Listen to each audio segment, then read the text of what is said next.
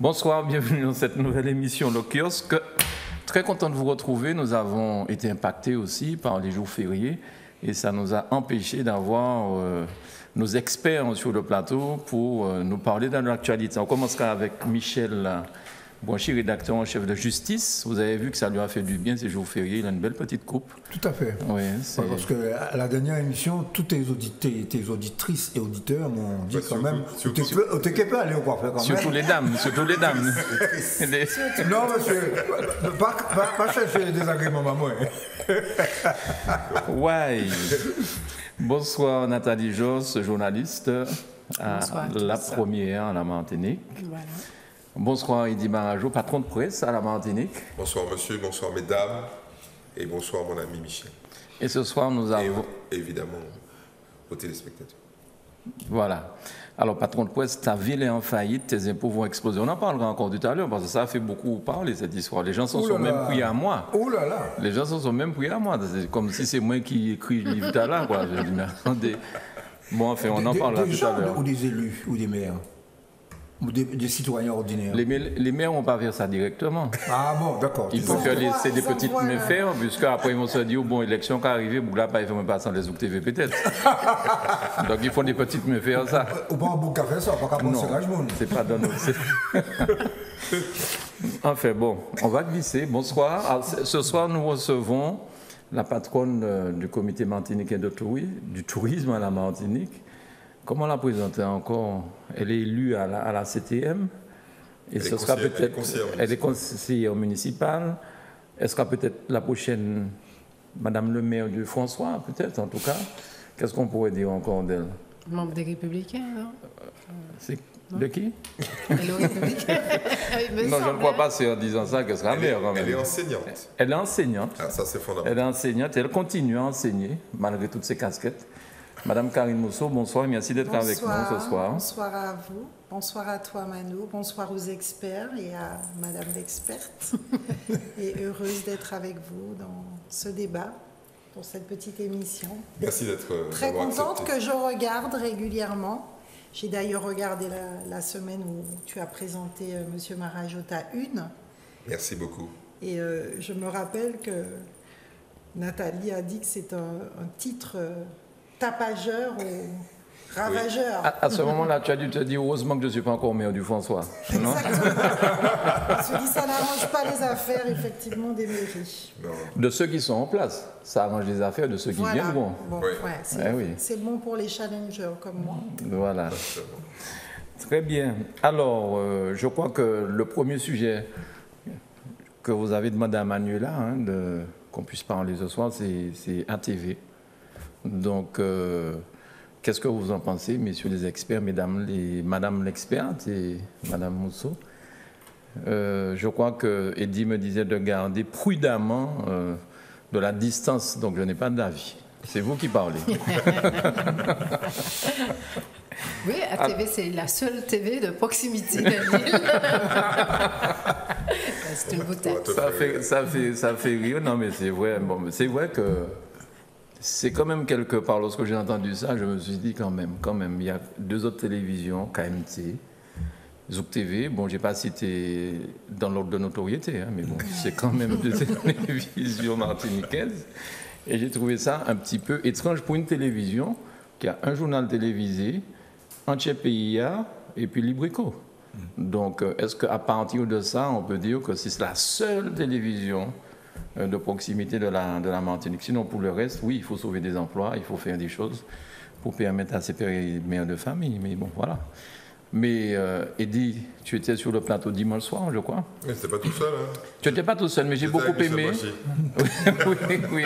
Non, mais j'ai beaucoup aimé aussi ta proposition que les collectivités, que l'État puisse aider les médias en général. Pas seulement tel ou tel média, mais les médias. Et ça permettrait... alors j'ai aussi beaucoup aimé quelqu'un qui disait, mais il ne faudrait pas non plus, parce que les collectivités aident les médias, que les médias deviennent des agences de communication de ces collectivités. Il faut garder quand même une distance. C'est Jérôme Ambroisine qui a effectivement mis en garde sur ce point-là. Oui, mais il n'a pas bien écouté ce que je dis. Je dis qu'il faut que ça soit dans la loi. Dans la loi, tout simplement. Comme c'est dans la loi, l'aide à la presse écrite, le gouvernement français, parce que c'est dans la loi, donc l'État français le demande, Tout à fait. donc le peuple français le demande, donne chaque année plus de 800 millions d'euros à la presse écrite française. Que tu sois l'Humanité ou que tu sois Libération ou le Figaro, si tu fais une demande qui est évidemment, il y a un certain nombre de critères pour obtenir l'aide à la presse, eh ben, tu as droit à plusieurs millions d'euros. Donc il faudrait que dans la loi, que nos parlementaires, que nos élus puissent défendre l'idée que, compte tenu des spécificités, des problématiques, de l'exercice de la pluralité médiatique dans les DOM, parce que de toute façon, une télé privée ne sera jamais rentable dans les DOM. Il faudrait un marché.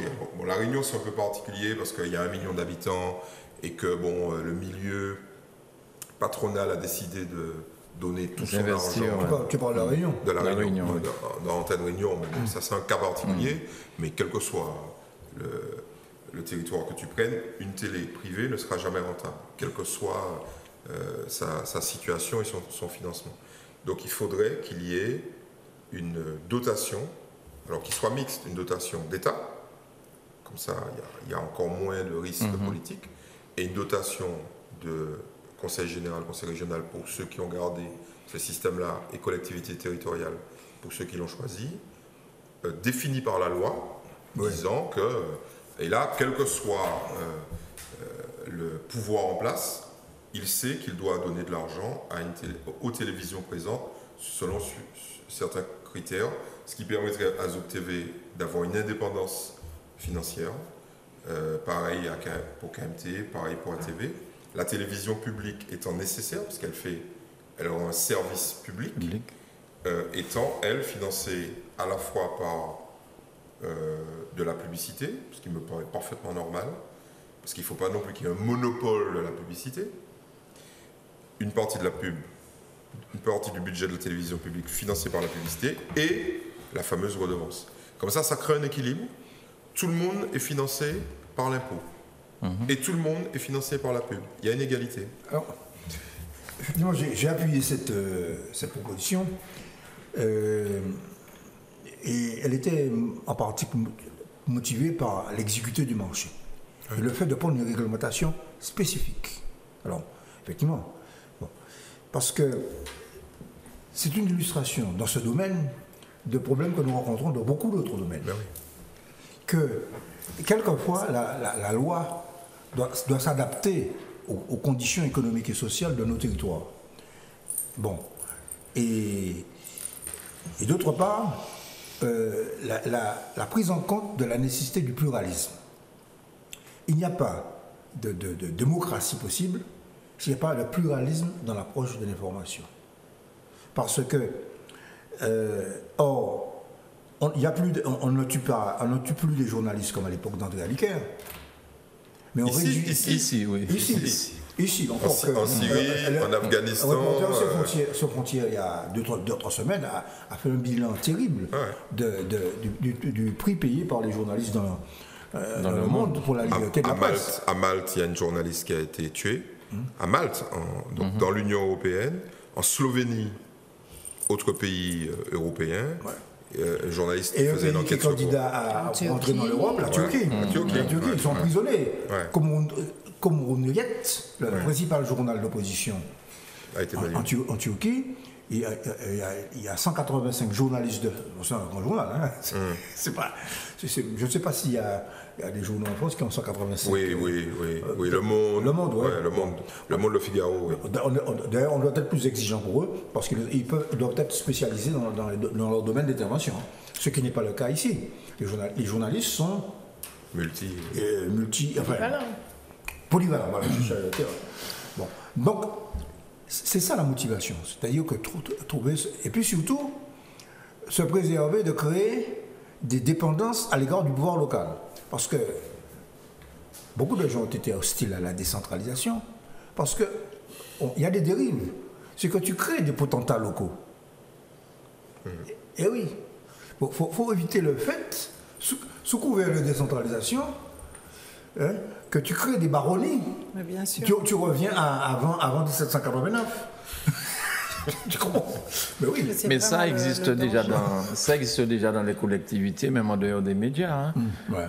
Monsieur le maire ne fait pas la portion de route parce que tu n'as pas voté pour lui. Ou on ne met pas un poteau de lumière dans ton quartier parce que ta famille ne vote pas du bon côté. Donc ça existe, hein, c'est malheureusement. Beaucoup en jouent d'ailleurs. Hein. Ben oui. Michel, tu le sais bien. Oui, tout à fait. Hein, dans les campagnes électorales. Moi, ce que je voulais dire effectivement, c'est que oui, évidemment, dans un monde idéal, l'État interviendrait comme pour la presse écrite. C'est une très bonne idée, ce qui demande à nos parlementaires un travail énorme de lobbying, etc. On sait aujourd'hui comment l'État est frileux à dépenser, c'est ça le problème. Et puis, le problème d'ATV, là, il y a un problème de court terme. Donc, c'est vrai qu'on peut le faire, je suis d'accord, mais là, j'entends dire maintenant qu'on n'est pas sûr qu'ATV ne sera pas en liquidation. Donc, c'est quand même un vrai problème de court terme qu'il faut En fait, gérer. il y a eu un report, la décision va tomber vendredi, c'est ça? Oui, Ouais. ouais. Et il y a des... Ouais, Rien n'est sûr. Rien n'est sûr, visiblement. Bon, en tout cas, ce que ça a montré, c'est un vrai élan de solidarité des Martiniquais. Moi, je trouve que, moi qui suis prof de sociologie, entre autres, je me suis dit, quand on veut, hein, on peut ne pas se tirer dans les pattes et on peut faire des choses avancées en Martinique. C'est pas toujours le cas. Je trouve qu'on est plutôt, en général, à tout le temps se tirer dans les pattes. Mais là, il y a eu un espèce d'élan de solidarité. Ça m'a redonné un peu d'espoir pour le futur, pour l'avenir. Je me dis que c'est possible. C'est possible de faire des choses ensemble. Parce que j'ai pas pensé qu'il y aurait eu un tel élan, en tout cas. Donc ça c'est du positif pour la Martinique. Tout à fait. Mais Après, excuse-moi, comme tu disais, Mano, il n'y a pas que 2 télés en Martinique. Il y a aussi Zouk TV, KMT aussi. Et je suppose que ça doit être difficile aussi pour vous ici, à KMT aussi, et que c'est pas facile. Et comme il faut vraiment trouver une solution. Quand j'ai entendu dimanche le chiffre d'affaires d'RFO, le journaliste d'ATV a énoncé le chiffre d'affaires d'ATV. Je me suis dit, heureusement qu'il n'était pas là, parce que si j'avais dit le chiffre d'affaires de Zouk Télévision, tout le monde se serait mis à pleurer avec moi. Quoi. Donc, Tu peux l'annoncer peut-être 300 000 euros, peut-être. Ouais. Sur l'année. Ouais, Sur l'année, 300 000 euros. Et j'entends 3,5 millions pour ATV, j'entends 20 millions pour RFO. Donc pour RFO, c'est un budget, c'est pas un C'est un chiffre budget, d'affaires. oui, c'est un budget. C'est pas du tout la même chose. Ouais. Mais tu as dit aussi quelque chose ce dimanche, Eddie, qui m'a marqué. C'est vrai que, est-ce que nous Martiniquais, nous aimons parler, dire que nous faisons peuple, mais comme tu le disais, c'est aussi ceux qui ont la possibilité de prendre des engagements publicitaires, Oui. de s'investir aussi auprès des médias, je ne vais pas dire des autres TV, mais des médias de manière générale. Par contre, ceux qui sont dans les agences de communication, très souvent ne connaissent pas la réalité du pays, la réalité des télévisions, et ils se disent, bon, allez, on va chez les plus gros dans les sondages, et puis on va toucher plus de monde. Bon, c'est RFO, c'est ATV. Un coup, c'est ATV qui est devant, un coup, c'est RFO qui est devant. Le gars sort de France, il est dans une agence de com, il sait qu'il a 200 000 euros de budget à passer dans l'année. Bon, il se dit, allez, je regarde les sondages. Il ne sait même pas s'il y a autre chose que RFO et qu'ATV. Oui, ça, c'est malheureux, par contre. Mais ça c'est quelque chose qu'il faut dénoncer de manière forte, à la fois parce que nous, on le vit. Nous, on a des magazines et on travaille avec des agences qui nous donnent des pubs. Mais bon, heureusement qu'on ne dépend pas de la pub, puisqu'on vend nos magazines. Ceux qui ont ce problème-là, ce sont les magazines gratuits, qui, eux, s'ils n'ont pas de pub, ils sont morts. Okay. Et ça, il faut absolument que, à la fois pour des raisons purement objectives, donc, comme tu le disais, les médias qui touchent réellement la population et qui ont un impact puissent avoir de la pub. Donc cette pluralité de l'investissement, elle est nécessaire. Et puis, pour des raisons qui sont loin d'être objectives, qui sont des raisons sociologiques, donc politiques, il faut que les annonceurs puissent se dire que quand ils n'aident pas les médias appartenant à des Martiniquais, d'une manière ou d'une autre, ils se tirent une balle dans le pied. Parce que le jour où ça va mal, c'est là qu'ils pleurent en disant... On l'a vu en 2009, hein. Moi je l'ai vu en 2009. Les types sont venus nous voir. Oui, mais est-ce que vous ne pourriez pas... un truc très simple. Ils ne m'avaient jamais donné de pub, hein, mais je ne vais pas dire les noms pour ne pas les blesser. Mais ces gens-là ne m'avaient jamais donné de pub. Et puis après, ils sont venus nous voir en disant « Oui, mais vous qui avez un impact à travers votre magazine sur le plan économique, est-ce que vous ne pourriez pas dire qu'on est quand même important pour l'économie martiniquaise ?» Mais frère Sou, important pour l'économie martiniquaise. Je vois de quel secteur. Eh ben, moins pub. C'est pas parce qu'on a moins pub que moi qui dit qu'on bien. Mais au moins, moi qui savent que où qu'a fait partie dit économie martinique là. Et pas venir dire moi après que oui, mais moi pas qu'à comprendre pour qu'ils n'ont pas qu'à défendre nous. Ou le contraire. Ah oui, c'est monsieur qui a tiré en nous, frère. Je ne te demande pas l'aumône. Je te dis la chose suivante. Tu as un budget pub, comme tu le disais. Au lieu de donner 100 000 aux mêmes personnes qui en plus n'ont pas d'impact, et tu le mesures, tu vois bien que tu leur donnes de la pub et ça ne vient pas. Donne un peu à tous les médias. Comme ça, tu as une audience beaucoup plus large, tu touches tout le monde, et puis on sait que tu es avec nous. Tu sais que tu es martiniquais, que tu aides la Martinique. Mais où peut pas Bamoun qui pas ici, qui pas qu'à vivre ici, qui de toute façon qui est parti, qui a venu chercher l'argent, ou qui a baillé tout, et puis ou pas noyer. Et c'est dans les difficultés. Tu sais, 2009, 2010, 2010, mon royaume, il est venu, ouais, moi, il est venu plairer. Les mecs. Il faut leur dire assez plairer à nous lutter. Exactement.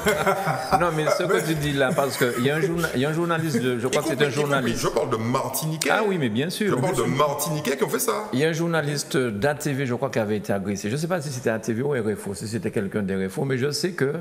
À un moment, ils avaient arrêté de couvrir les manifs parce qu'on avait agressé un journaliste et cela. Et pendant un moment, il y avait KMT qui diffusait en continu et Zouk TV qui diffusait en continu. Ouais. Et il y avait RFO, je me rappelle, qui couvrait quand même, mais Nathalie était plus dans la manif qu'en tant que journaliste. Je n'étais pas en tant que journaliste, j'étais en tant que militante. Hein. Voilà, c'est ça, c'est ce que je disais, tu n'étais pas sur le côté. Mais il y avait ces deux télés. De 2009 alors. Oui, de ça que je parle. Et pendant 2009, là, c'est ces deux télés-là qui, pendant un moment, ont pu couvrir l'ensemble, la journée, tous. Que les grosses chaînes, entre guillemets, ne peuvent pas faire, que nous avons eu à faire.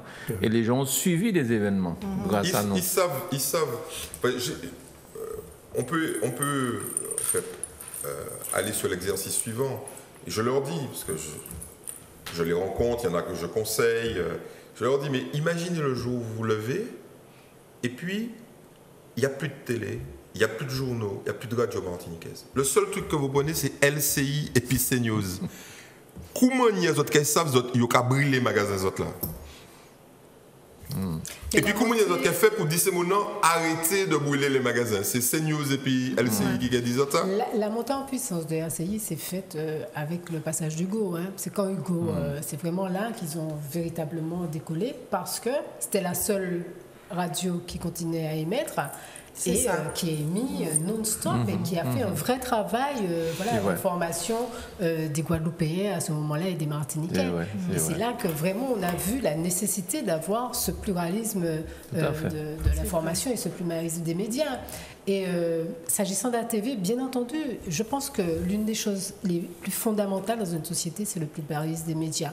Il y a la liberté d'expression, la liberté des droits de l'homme, c'est très important. La liberté de la presse, c'est extrêmement important, et la pluralité des médias.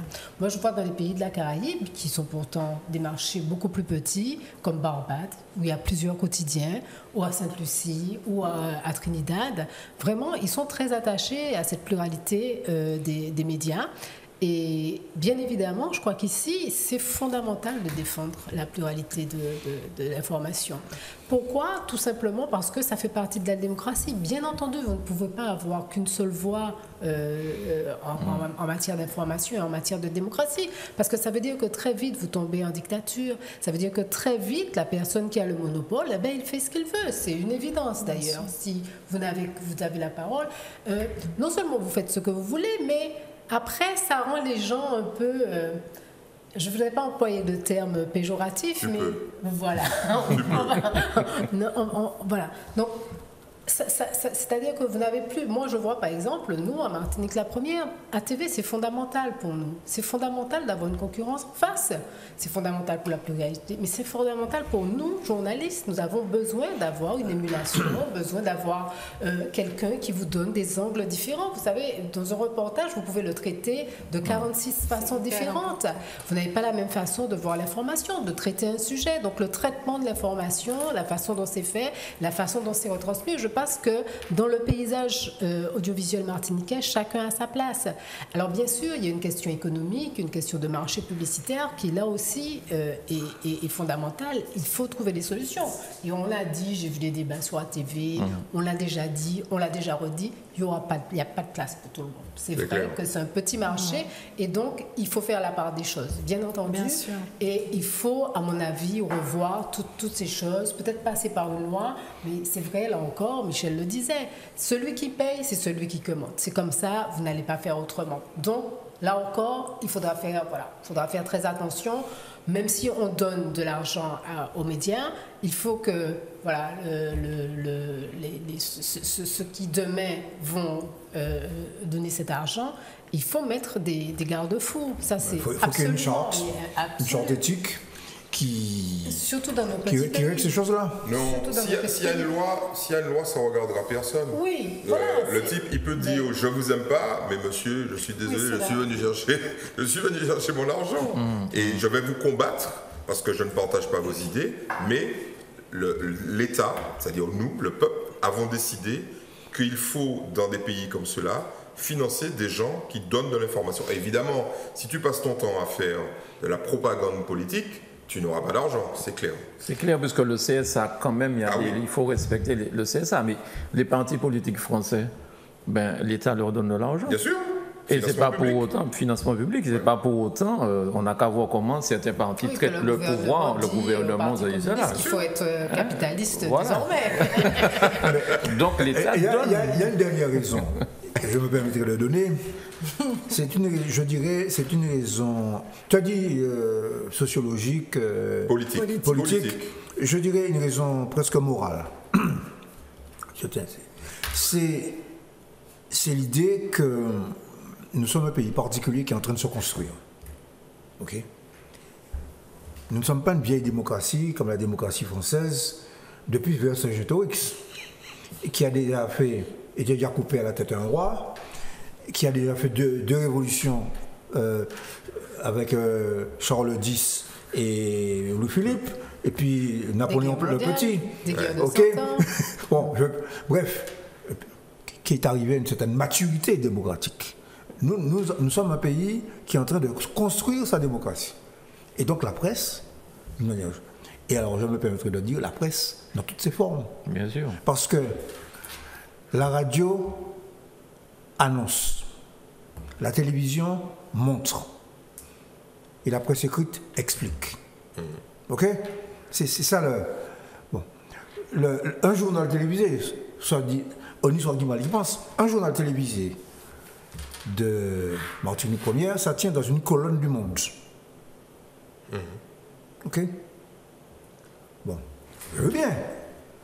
Mais si on veut former les citoyens à l'esprit critique, alors je me suis fait répondre, parce que je demandais des annonces légales pour justice, dans une collectivité notoire que je ne nommerai pas.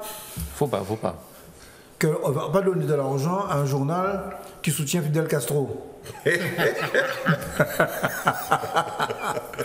Bon. Ça n'arrivera pas avec ta méthode. Heureusement, quand même. C'est fou. Je profite de l'occasion de vous dire qu'il y a des journaux ici qui sont habilités à publier les annonces judiciaires légales et que c'est une manière. Là, ça c'est un pouvoir local. Oui. Ce sont les notaires, les avocats, les huissiers martiniquais. Les experts comptables, et puis les collectivités, notamment à l'occasion des marchés publics. Donc, toutes des professions qui ont déjà une profession qui leur apporte de l'argent. Tout à fait. Donc, c'est l'occasion de redonner un petit coup de peinture Alors que vous, votre journal, là, vous avez du mal à le boucler. Non, mais c'est vrai. Mais bien sûr. Et en vous permettant d'avoir des annonces légales, voilà. Quand on est... Voilà, c'est ça le problème. Et je rappelle qu'il est entré dans sa 98e année. Ben justement, c'est ce que j'allais dire. Quand vous vous accrochez, vous êtes encore là. Mais et je m'attache en tant que rédacteur, nous annonçons la couleur, c'est marqué journal communiste, mais les articles doivent avoir un contenu factuel et un contenu commentaire. Comment on dit? C'est-à-dire que nous avons des lecteurs qui ne sont pas communistes. Pourquoi? Qu'est-ce qu'ils cherchent? Ils cherchent l'information elle-même. Mais mettons, si le commentaire ne leur plaît pas, ils laissent tomber le commentaire. Bon, le magazine dont tu parlais tout à l'heure, le dernier, on va remettre une couche parce que c'est intéressant. J'ai reçu une lettre du maire du Gosier qui m'a dit que c'est pas vrai, que c'est vrai qu'il a augmenté ses impôts de 480%, mais que c'est pas de sa faute. Ah bon, que c'est vrai. Non mais alors ce magazine traite de la situation des collectivités locales. Hein? Et à mon avis, c'est un élément de réflexion démocratique important. Parce que quand j'entends les programmes des candidats, depuis des années, avant même que je sois élu, quand j'entends les programmes des candidats aux élections... tu es élu depuis longtemps. Oui, au conseil municipal, oui. Depuis 2014. 2014. En fait, ça fait 14 ans, quoi. Non, 4 ans. À 2014. Oui. 4 ans, c'est très long, déjà. Surtout qu'il est élu conseiller communautaire. Conseiller municipal, conseiller territorial. Et il est président de la commission finance. Donc c'est quand même... Ça va ensemble tout ça. Mais oui. Tu es élu municipal, donc tu es élu à la communauté d'agglomération.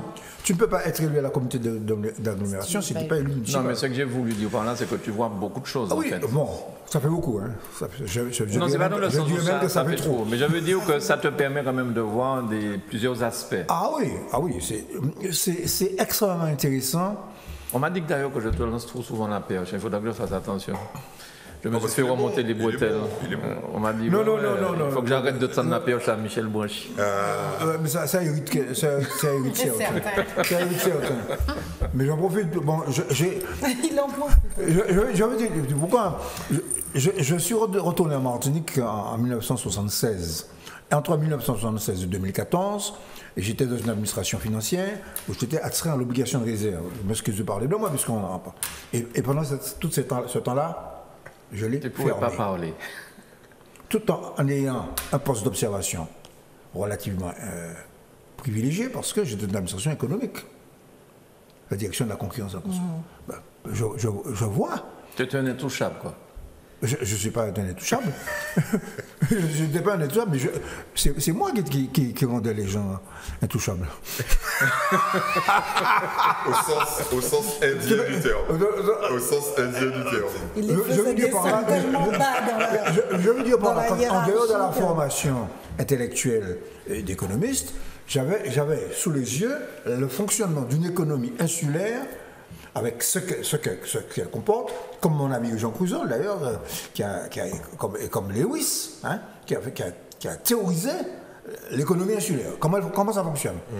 Et puis en plus on voyait les gens en chair en os, donc ça permettait de voir les choses. Mais heureusement d'ailleurs... Lewis de Saint-Lucie. Oui, c'est le prix Nobel. Prix Nobel. Bon, c'est le premier à avoir attiré l'attention sur le fait que le fonctionnement d'une économie insulaire est singulière. Est singulière. Et c'est pourquoi d'ailleurs la proposition de dit concernant la presse qu'il faut une réglementation spécifique, parce que tu ne peux pas simplement laisser les forces du marché réguler. Alors là, je vais juste faire un petit point sur ça. Alors si je suis assez d'accord sur cette proposition-là, qui peut effectivement aider les entreprises de presse sous la forme d'une loi, à la mesure où il n'y a pas de contraintes, je veux dire, d'apparatchik, de liens politiques, ça peut être une bonne idée.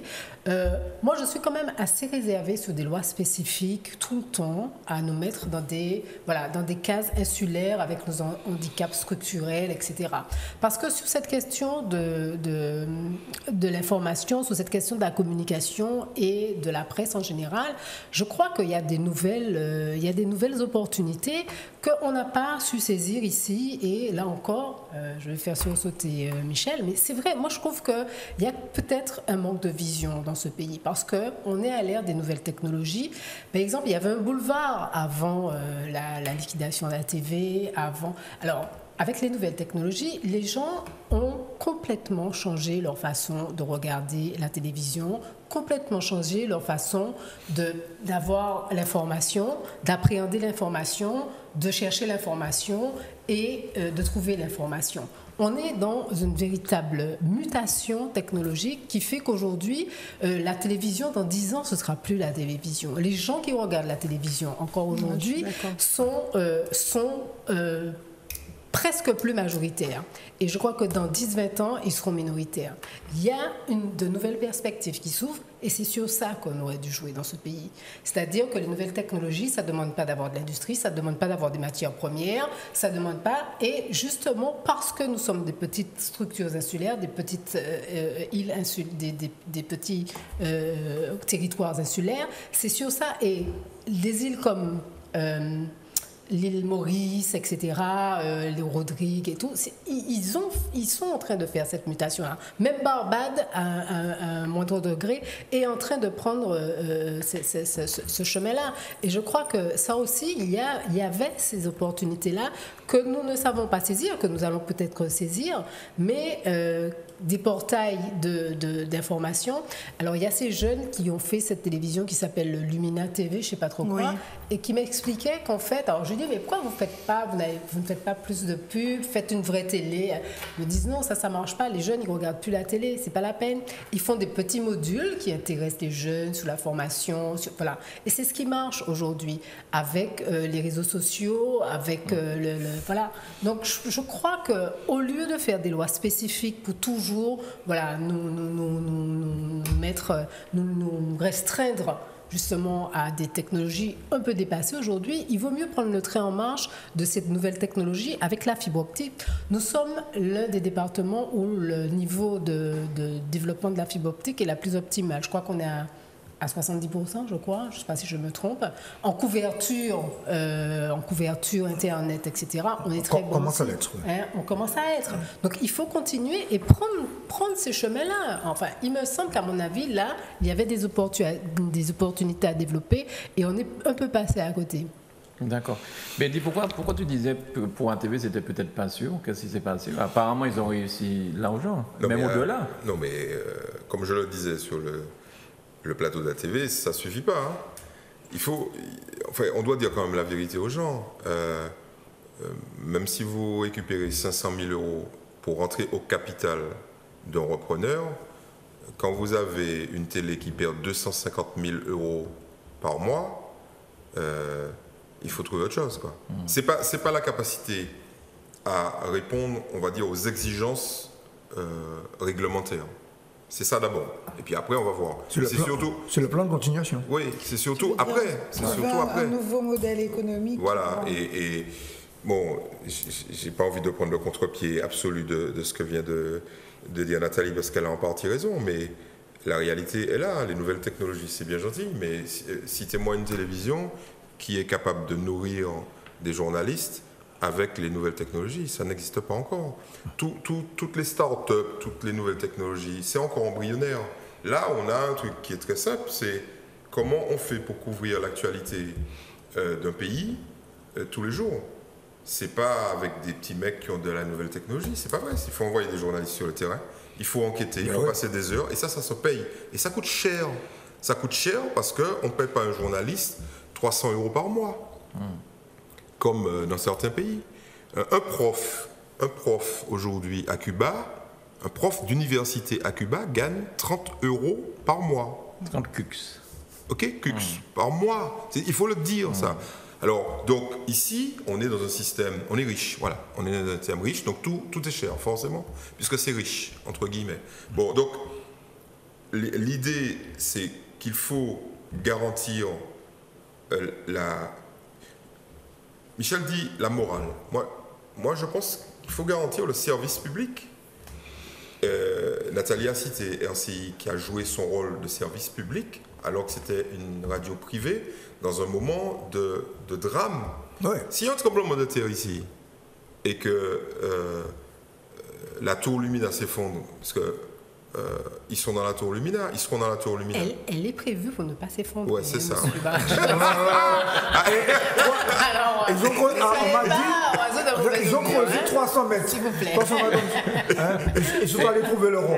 Et il n'y a pas de Carrefour. Je parle sur le contrôle. Oui, il y en a de Carré. Oui, Gary, il est là. C'est pour ça que je disais rien, je me suis dit, non, mais décidément, en ce moment. Donc, Il y imaginons a quelqu'un ça. qui m'en Bon, veut. il y a bien quelqu'un qui... Il va falloir faire le taf quand même. Bon, j'aurais pas dû prendre l'exemple de Martinique Non, la Première. tour J'aurais dû Lumina prendre ne l'exemple... s'effondrera Non, pas. j'aurais dû prendre l'exemple de l'hôpital. C'est toujours pareil. Il y a des gens qui disent, bon, on va tout concentrer au CHUM. Et dans le CHUM, à la MENA. Ouais, les mecs, allez-y, concentrez. Et puis, il y a 70 000 morts. Et puis, il y a 200 000 blessés. On fait comment? Il y a un Puisque plateau l'hôpital... technique qui- Oui, qui- mais là encore, Elle est juste à côté. le plateau technique est censé résister à toutes les secousses.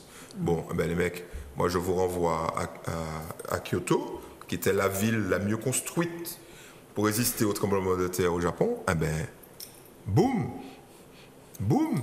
La centrale nucléaire de Fukushima était construite pour résister Ça à un résiste sud. assez bien au Japon. Quand même.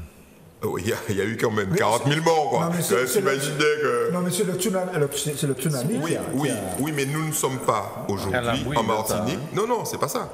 Nous n'avons pas appliqué les normes que les Japonais ont appliquées. C'est-à-dire qu'on est très très loin de ce que le Japon Ah non, a on fait. est très Donc, mauvais. il faut maintenir la pluralité, non seulement pour la liberté, pour garantir la liberté, mais pour assurer dans notre petit pays éloigné de tout, la continuité du service public de l'information. Parce qu'on a besoin de savoir le matin si le pays fonctionne. Et qui va le faire? Ce sont les journalistes qui se lèvent à 3 heures du matin ou qui ne se couchent pas, qui font ce travail-là. L'autre qui a levé le matin, moi, quand toute une série de monde, le qui a levé le matin, il a parti café, il a regardé LCI. Mais il faut arrêter les conneries, les mecs. On a besoin de savoir ce qui se passe chez nous.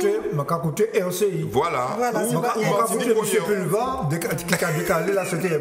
Bon, tu as tort de dire ça. Il faut écouter RCI ou Martinique Première ou n'importe quelle radio. Ouais. Mais il faut que nous sachions ce qui se passe dans notre pays. Et qui va faire ça? Qui va faire ça? Notre réflexion doit être celle-là. Parce qu'un jour, et c'est déjà arrivé, il y a des problèmes, il y a des grèves, il y a des tremblements de terre, il y a des embouteillages, des accidents. C'est pas sur LCI qu'on va nous dire qu'il y a un monstrueux accident à Casse-Pilote. C'est pas possible ça de penser qu'on peut être dépendant à ce point de l'information. On sait ce qui se passe à New York, on ne sait pas ce qui se passe à Joupabouillon. Mais On même est dans sur- le délire, on est dans le délire. Même, Et j'entends des élus, excuse-moi, j'entends des élus dire, et j'ai même entendu des chefs d'entreprise, bon, liquider ça, roi, de toute façon, nous n'y suffisamment chaîne de télévision au pays. Suffisamment chaîne, qui chaîne on y en pays? Il y a qui chaîne malade on y en pays. C'est ça. Dis-leur la vérité. Nous vrai. avons des chaînes malades à Qui l'agonie. se porte mal, qui... Et encore une fois, même sur le traitement de l'information, c'est important parce que, je vous l'ai expliqué au début, la façon de traiter un sujet peut être traitée Bien sûr. vraiment différemment selon le journaliste. Déjà, je ne vois pas la même façon de traiter qu'Eddie, que Michel. C'est très subjectif, la façon de traiter un sujet. Et l'éditorial de journal, c'est-à-dire ce que vous voulez faire de votre journal. Quelle est la tendance, si vous voulez? Alors, si vous voulez un journal de proximité, un journal politique, un journal économique, un journal sportif, un journal culturel, ça s'appelle un éditorial. Qu'est-ce que vous mettez dans votre journal? Qu'est-ce que vous voulez faire ressortir? La hiérarchie du journal aussi est importante. Alors, en termes de hiérarchie, on ne se rend pas compte. La hiérarchie du journal, c'est ce que vous mettez au début, au milieu, à la fin. Et une, selon, voilà. ce qu'on Et selon ce que vous allez choisir de mettre en avant, c'est-à-dire de mettre en titre et de développer en premier, ça va donner une importance capitale ou pas. Donc demain, on va choisir de dire que, je ne sais pas, que le comité du tourisme a fait du bon travail. A pu diffuser son film sur les chaînes nationales. Voilà. Ah, ça, il faudra le dire partout. Hein. On peut choisir de le mettre. On peut choisir. Alors ça, c'est un bon exemple parce qu'on peut choisir. Partout, sur On peut les chaînes et choisir. dans tous les Alors, journaux. sur le film de la CTM, on peut choisir de le traiter différemment. On peut le choisir de le traiter politiquement, Bien ou sûr. culturellement, ou économiquement. Bien sûr. Et ça va changer tout à fait le traitement de l'information. Moi, si je veux le passer sous silence, je dis bon, ben, on va traiter ça en culture. C'est un petit film qui est joli, qui a été fait par. Je crois que c'est Jean-Baptiste. Jean-Baptiste. Bon, on va mettre ça à la fin. Hein. Alors, le film de la CTM, du comité du tourisme, de la CMT, voilà, un joli petit film qui a été fait avec un budget. Au revoir et bonne soirée. Mais si on veut le traiter politiquement, ben, on va le mettre au début en disant est-ce que vraiment l'argent dépensé. Voilà, Exactement. donc vous avez différents traitements. On peut le traiter économiquement, le mettre au milieu. Donc, c'est pas du tout anodin cette façon de traiter l'actualité. Et c'est pour ça qu'il faut cette pluralité de l'information. PRCI, France Antilles, c'est le seul quotidien que nous avons ici. Mais il y a un déficit de la presse écrite ici, très sincèrement. Même si je trouve que, bon, globalement, ils font le job, quoi. Hein, bon, ils nous disent ce qu'il y a, mais voilà, ça va pas plus loin. À un moment, ils faisaient vraiment la Pravda. Hein, vraiment, c'était... Mais ils ont fait des efforts, je trouve. Hein, c'est moins Pravda qu'aujourd'hui. Il y a des enquêtes, etc. Bon, pourquoi pas. Mais passer l'argent. Ouais, passer l'argent. Moi, je trouve que le deuxième quotidien, ça manque. Et là, il commence à s'émanciper de l'establishment. Non, mais Dans le deuxième quotidien, on aurait su où est passé l'argent. Ceci dit, moi j'ai vu, avant de voir France Antilles, j'ai vu d'abord sur les réseaux sociaux un sujet une collègue à toi, de Cécile. Cécile Marc, avant. Et c'est vrai que je me suis dit, tiens, on commence à faire une investigation en Martinique et c'est très bien. Non, arrêtez. Non, mais c'est vrai. là. Moi, il m'a fait une investigation. Non, je parle pas de toi, je parle pas de toi, je parle à RFO. Je parle à RFO. Non, évidemment, il dit. Mais je vois que Cécile m'a dernièrement fait un sujet sur le maire de Saint-Joseph. Là, je vois Robert L'Hôtel fait ce genre de sujet. Mais elle fait ça depuis des années. Mais c'est bien. Elle fait ça depuis des années. Mais alors, mais je ne suis pas d'accord. Je crois que Mano a raison. Sur l'investigation, c'était pas. Je trouve qu'on en fait de plus en plus. Non, et de mieux en mieux. Vous avez une vision tronquée des choses. Il y a eu plusieurs scandales qui ont été traités par la presse, notamment par Martinique Première, qui ne s'appelait pas Martinique Première à l'époque. Je suis désolé. Vous vous rappelez que RCI a traité un certain nombre de dossiers. Je ne vais pas les citer parce que vous allez sursauter. OK ? Rappelez-vous. Non, ça n'a rien à voir avec Michel. Il y a eu des scandales sur la gestion de l'eau dans le Sud. OK ? Où un maire d'une ville du Sud, que tu connais très bien, a été inquiété. La presse l'a traité. Et c'est la presse qui a fait sortir le truc. Il y a eu... je ne vais pas citer tous les scandales. OK ? Non. C'est réducteur de dire que ça commence. Ça a toujours existé. Vous vous rappelez le travail que faisait le Naïf ? OK ? Le Naïf a déchouqué quand même 2-3 gens corrompus dans ce pays. OK ? Donc, Antilla a fait du travail. Justice a... Alors peut-être que les réseaux sociaux aujourd'hui donnent à ça plus d'ampleur. Mais non, mais c'est une vision passéiste. Je ne suis pas d'accord, Mano, tu tombes dans ça. Il ne faut pas que tu tombes dans ça. Le journaliste emblématique martiniquais, il a bien été assassiné parce qu'il avait fait de l'investigation. Ça date des années 30. Oui. Donc, il faut arrêter ça. La presse martiniquaise n'a jamais été... ne doit pas être considérée comme une presse aux ordres. Parce que, effectivement, il y a eu des journaux, France Antilles, en 1978, a titré l'indépendance... 78, même pas 81, parce que si je vous montre les unes de 81, vous rigolez. L'indépendance, c'est la mort. OK ? J'ai les photos là. Donc, avec un numéro spécial qui avait été préparé par Max Alizé. Oui, donc oui, les journaux ou les télés, à un moment donné de l'histoire martiniquaise, ont été aux ordres. Ça, on ne peut pas le nier. Mais on ne peut pas non plus passer sous silence que tous les titres qu'on a cités ici, y compris France Antilles, OK, ont participé d'une manière ou d'une autre, j'allais dire chacun son tour, à l'élucidation d'un certain nombre d'affaires. Et ces gens-là doivent être respectés. Tu sais, moi, quand je sors le truc là, je reçois des menaces. Hein. J'ai reçu des menaces en 2005. J'ai reçu des menaces en 2005 quand j'avais fait faillite des collectivités locales. Eh bien, les mêmes personnes qui m'avaient menacé en 2005, ils ont viré, crié, ils m'ont dit, ah bon? Comment tu en l'as 2005, tu n'as pas réussi à les tuer. Ah bon, ça passe servi des leçons, ça nous fait, alors quand on commencer. Bon, ils sont un peu plus vieux, mais on a ça tous les jours. Quand je sors le truc sur les béquets, qu'est-ce que vous croyez que les béquets font? Certains béquets, il y aura qui me dit, ah bon, nous faibles, nous quand même tous nous faibles. Et moi j'ai eu ça le premier truc sur les béquets. J'ai eu un béquet qui m'a appelé en me disant, Watiba Ita au fait là, moi j'ai mon moto qui monte qui faible. Bon, il a été viré depuis parce que j'ai appelé son patron. Il a été viré. Donc, on a cette tradition-là. Elle existe. Cabor-Maçon. OK? Quand il sort un certain nombre de dossiers, eh ben, ça Mais chauffe. on peut remonter plus loin. Il y a une étude qui a été faite par Cécile Selma sur la presse martiniquaise au début du XXe siècle. Il y a une vieille tradition d'une presse extrêmement, même violente, sortant des scandales, mais alors, bon, même des attaques ad hominem. C'est-à-dire qu'on attaquait les hommes politiques, sur leur famille, les personnes, etc. Bon, on est gentil. Ce qu'on appelle la période de Saint-Pierre. Il y avait plusieurs quotidiens d'ailleurs. Plusieurs quotidiens. Plusieurs quotidiens. C'est vrai, oui.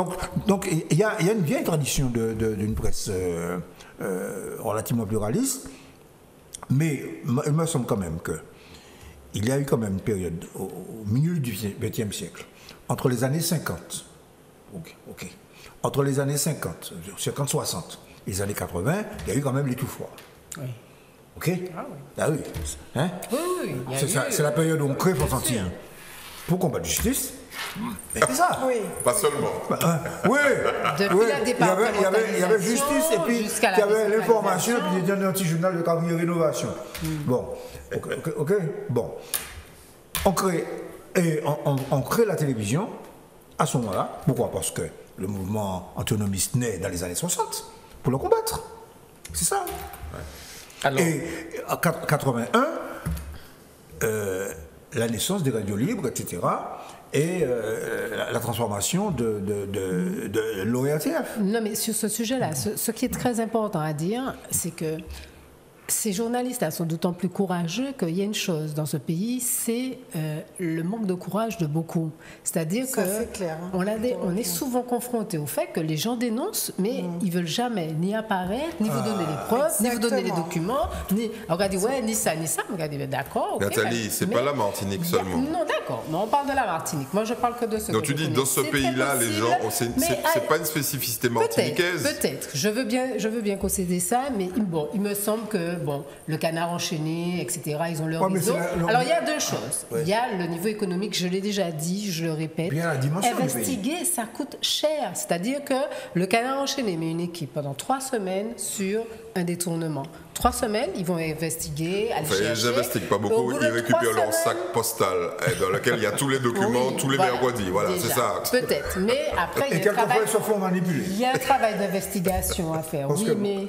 le canard, j'en suis un petit peu revenu depuis quelques temps. Oui, le canard. Notamment, à mon avis, l'affaire Filon, c'était téléguidé pour faire la place pour Macron. Et les diamants de Bokassa. Beaucoup d'affaires étaient. Mais juste pour finir, pour dire, l'investigation, ça coûte cher, ça coûte du temps. Ils mettent 3 semaines quelqu'un et ça peut ne pas donner. Tant pis, on passe à autre chose. Ici, il y a très peu de rédactions qui peuvent se permettre de mettre une équipe pendant 3 semaines, ça donne rien, on remet, c'est pas possible. Et puis, nous, on met 3 mois. Quelque chose de fondamental, c'est que il me semble que la justice a un véritable problème aussi dans ce pays. C'est que la justice est très lente. La justice n'a pas de moyens. Alors, sur cette affaire de la SODEM ou bien d'autres, du CEG et tout ça, il y a quelqu'un qui me disait, mais les gars au SCRPJ, ils sont 3, quoi. Ils sont 3. C'est-à-dire qu'ils sont 3 avec 10 000 affaires sous les bras. Ah, 10 000, c'est beaucoup, peut-être. C'est-à-dire qu'ils doivent... il n'y a pas beaucoup de monde, même dans la justice, pour investiguer. Et ça a des lenteurs qui sont mortifères. D'une manière générale, la justice... Excuse-moi, docteur. Je précise ce que tu dis, la justice a un mal fou à avoir des juges et des inspecteurs de police, notamment dans le domaine économique, la délinquance économique. Ouais. Bon, par exemple, puisque tu parles de l'affaire, là, nous parlons, l'affaire Soudaine, normalement, qu'est-ce qui s'est passé pour l'affaire Cahuzac? La Mediapart a sorti le dossier, tu as eu une information, d'abord une information judiciaire. Quand l'information judiciaire avait révélé que les faits étaient quand même importants, etc., on a nommé un juge d'instruction, et puis il y a eu des mises en examen. Alors, il faut quand même vous avez remarqué qu'on a pris, pour Cahuzac, on a pris 6 ans. 6 ans. Ah oui, il faut compter là aussi. Alors, juste avant de passer la parole, enfin de questionner, peut-être de voir certaines choses avec la présidente, je voudrais quand même dire autre chose pour la télévision, pour que les gens comprennent quand même comment ça se passe. J'ai presque envie de dire que Zouk Télévision est la seule télévision à la Martinique à passer des clips des artistes. Parce que les artistes viennent nous voir ici, ils nous disent, bon, comment faire, est-ce qu'il faut payer pour passer un clip, tout ça, non, on leur dit c'est gratuit, donc ils nous donnent nos productions, tout ça. Et derrière ça, et même si on ne passe pas de musique, on a la SACEM qui nous donne le coup de boutou. Parce que déjà qu'on a peu de budget, on a été condamné, Zouk Télévision a été condamné à payer 50 000 € à la SACEM pour pouvoir donner des droits d'auteur parce qu'on estime que comme nous diffusons, alors que nous diffusons sur des réseaux qui payent eux déjà la SACEM, on nous a emmenés au tribunal, on nous a condamnés à payer 50 000 €. Oui, j'espère que tu as fait appel et que tu as jusqu'à la cassation. Hein. On a fait appel, on a fait tout ça, mais de toute façon, on te dit c'est la loi française. Et même, écoute bien le truc, même si on te demande ton chiffre d'affaires, on te dit de donner tes bilans, et dans le cas où tes bilans seraient déficitaires, catastrophiques, eh bien, il y a un minimum à payer. Ah ben oui. Voilà. Il faut quand même payer, le minimum forfaitaire, c'est entre 6 000 et 10 000 €. Si vous faites l'argent, pour ne pas faire l'argent, il faudra payer. Si vous ne pouvez pas payer, vous amenez au tribunal. Et après ça la cascade commence et tu commences à... tu dis aux artistes qui t'amènent des trucs de renoncer totalement à leurs droits. Et puis ils signent alors, un truc, tu leur dis voilà. Même en faisant ça, parce qu'on a été défendu par M. Emmanuel Germain sur ça, tu dois payer quelque chose. On doit quand même payer quelque chose. On a été condamné et on a saisi l'argent sur notre compte et ça nous a mis en difficulté pour faire certaines choses que je ne vais pas évoquer ici, puisqu'il ne s'agit pas de faire une deuxième caravane. Ouais. Mais c'est simplement pour dire les difficultés que nous rencontrons. Et sur ça aussi, il faut savoir que les radios, entre guillemets, libres, ces radios-là, il y a un fonds de l'État qui leur donne de l'argent. Pas les radios commerciales, mais les radios associatives. Oui, tout à fait. Qui ont un fonds, ils touchent de l'argent. Donc quand tu dis qu'il faut que l'État puisse faire ça, moi je souscris, je dis ça ce soir parce qu'on parle de télé, de médias, je profite pour dire ça, c'est pas pour pleurer, mais c'est pour expliquer ce que nous vivons. Et quand un artiste vient ici t'emmener son clip, qu'est-ce que tu vas dire? Qu'est-ce que je peux dire à l'artiste? De l'emmener pour Christian Boutin à la SACEM? Non, moi je pense que ce qu'il faudrait faire, c'est que toutes les radios, toutes les télés, bon, peut-être pas celles du service public, mais toutes les télés, radios associatives ou privées ferment pendant une semaine. Voilà, comme ça, les Martiniquais sauront ce que ça veut dire de ne pas avoir de pluralité. Ouais. Voilà. C'est vrai. C'est une bonne idée, ça. C'est une bonne idée. Est-ce qu'on va réussir à faire tout le monde entendre ça? Mais en tout cas, c'est une bonne idée. Parce que je reviens toujours derrière ça, avoir des revendications bien étudiées, bien calibrées. Oui, bien sûr. Et avec des porte-paroles politiques. Je reviens toujours sur cette histoire de SACEM, et puis après on passe la parole à la présidente. J'organise des déjeuners dansants pour permettre effectivement de faire des images qu'on va montrer à l'antenne, parce qu'il y a des gens qui aiment ça, quoi qu'on dise. Et ça nous permet aussi peut-être d'avoir un peu de financement. Donc tu fais un déjeuner dansant, il y a un groupe qui joue, mais il y a des gens qui sont venus et qui mangent. Donc de 12h à 19h, les gens sont à table, ils boivent, ils mangent, tout ça. Et nous, enfin la personne qui organise, en l'occurrence moi, à ce moment-là, la SACEM me prélève, me donne un pourcentage à payer sur l'intégralité du coût. Du chiffre d'affaires. Ouais. Parce que lorsqu'on demande... Y compris la bouffe. Tu as compris. Lorsqu'on demande à quelqu'un 43 € pour un déjeuner dansant, nous reversons par exemple au Marinoir 25 €. Il reste 18 € pour nous, pour payer l'orchestre, payer la publicité, payer tout le monde. Mais je dis à Christian Boutin, mais pourquoi tu ne m'imposes pas sur mes 18 €? Ah non, débrouille-toi. Non, on m'impose sur les 43 €, alors que les 43 €, il y a 25 € de location de salle. Je suppose qu'il ne le fait pas de manière arbitraire. Mais non, c'est la loi française. Non, mais évidemment, c'est pas lui. Quand je dis Christian Boutin, je parle de la SACEM. Au-delà de la loi française, ce qu'il faudrait faire, c'est une enquête appuyée sur la SACEM. Ok, il y a plusieurs scandales qui ont montré la disproportion totale entre ce qui devrait être perçu et la façon dont c'est utilisé, etc., etc. Donc, moi je crois qu'il y a bon, je ne discute pas de la nécessité d'avoir une société d'auteurs qui récupère les droits et qui les redistribue, ça c'est fondamental. Mais sur le lien, sur la manière, sur l'explication, sur l'information, il y a un déficit majeur. Et si les choses étaient mieux faites, mieux expliquées, peut-être que ça passerait mieux. Mais c'est clair que la loi, il faut la changer. Parce que sinon, c'est une entrave très claire au développement économique qui nuit évidemment aux artistes. Si on t'empêche de faire ça, et puis vous faites là, pas qu'un clip, pas qu'un rien. Et puis jouta, il y a qu'un pleurer. Et les mecs, est-ce que vous ne pouvez pas faire des spectacles ou faire des médias pour qu'on diffuse? Non, on a décidé d'arrêter, on en a marre. Je rappelle à l'époque, quand je débutais avec le JM Harmonie, je ne voudrais pas embêter Nathalie en disant ça, mais lorsqu'on passait un clip à RFO, c'était pendant, comme on appelle, la mi-temps. C'était pendant la mi-temps qu'on passait un clip. La mi-temps de quoi? De match? De match de football. Ah ouais. C'est à ce moment-là qu'on passait un clip. Et ton clip était coupé, dès qu'on reprenait le match, ton clip était coupé. mais ça, c'était normal. Il y a la mi-temps, tu cours pas, tu regardes ton match, on rebalance. Mais c'était ça. Donc, ça a bien changé quand même. Ça a bien changé. On ne faisait pas payer pour passer le clip. Non, quand même pas. On ne fait pas payer ici pour passer les clips. Même si les gens souhaitent nous dire, bon, est-ce qu'il faut payer, on leur dit non. Ça, non, ça ne nous intéresse pas. Alors, Madame la Présidente, ces derniers temps, tu as fait la une de la presse. On a entendu aussi... mais tu vois, je ne peux pas ne pas parler de ça. Faire la une de la presse quand c'est pour des bonnes choses, c'est bien quand c'est pour le travail, pour la destination. Mais faire la une de la presse quand c'est pour des petits cancans, c'est vrai que c'est... Mais comment ça va, le comité martiniquais de tourisme? Comment ça va depuis que tu es à la tête de cette organisation? Écoutez, toutes et tous. Le comité martiniquais du tourisme, c'est une belle aventure pour moi et pour toute l'équipe avec laquelle je travaille. Enfin, certains y sont depuis très longtemps d'ailleurs. La plupart des salariés qui sont là ils travaillent depuis plus de 10 ans. Donc oui, quand on est en train de travailler pour la destination, on a une très belle année 2017, mais l'année 2018 est déjà là. On a la basse saison qui va commencer là, donc on espère qu'elle sera moins mauvaise que l'année dernière. Et en fait, je me rends compte que dans le tourisme, c'est vraiment du travail sans arrêt, à court terme. Il faut tout le temps être là, il faut tout le temps être présent, on ne peut pas s'endormir sur ses lauriers. Donc ce travail-là, magnifique, très contente de travailler pour la destination. Après, le côté gestion politique avec mon conseil d'administration, où je pense que tout le monde est au courant maintenant. Oui, ça a chauffé sévèrement. Oui, ça a un peu chauffé. Ça, c'est moins intéressant.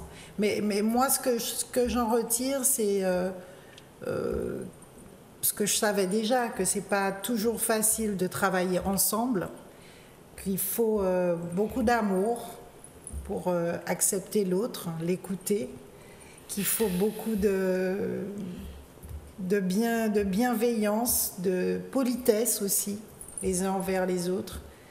J'ai appris beaucoup humainement. Je crois que je vais sortir de cette expérience grandie. Oui.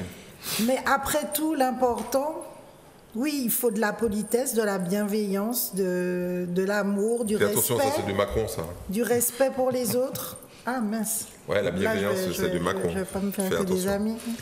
Alors, du respect pour les autres, du respect de la fonction de chacun aussi. Alors, on en est venu jusqu'à dire que je serais une dictatrice. Je pense que niveau dictateur, il y a mieux. Il y a mieux que Karim Mousso. Bon, donc j'essaie simplement de d'imposer quand même quelques idées, quelques orientations, puisque je suis quand même la présidente jusqu'à nouvel ordre. Peut-être qu'il y aura un nouvel ordre, on ne sait jamais, mais si nouvel ordre il y a, tout le monde sera au courant. Pour le moment, il n'y a pas de nouvel ordre. Donc voilà. Donc après, c'est vraiment des questions de personnes, mais je pense que fondamentalement, le plus important, c'est que tout le monde comprenne bien que le tourisme, c'est une manne pour l'économie martiniquaise. Vraiment, pour la croissance économique de la Martinique, c'est vraiment un secteur qui peut tirer encore plus la croissance, créer des emplois directs, indirects, dynamiser. Et finalement, c'est un secteur qui tire tous les autres. La restauration, l'agriculture, l'animation locale, enfin, c'est vraiment un secteur qui peut entraîner avec lui des pans entiers de notre économie. Mais il faudrait peut-être quand même nous dire 2 mots sur ce fameux conseil d'administration qui a fait tant parler les gens. Oui. De ton point de vue, qu'est-ce qui s'est passé? Qu'est-ce qui a fait que tu as eu droit à ce genre de charges et de personnes qui se sont abstenues lors du conseil d'administration? Alors écoute, en fait, moi, mon problème, c'est que j'oublie très vite les choses négatives et je me souviens toujours que du positif. Alors, que s'est-il passé?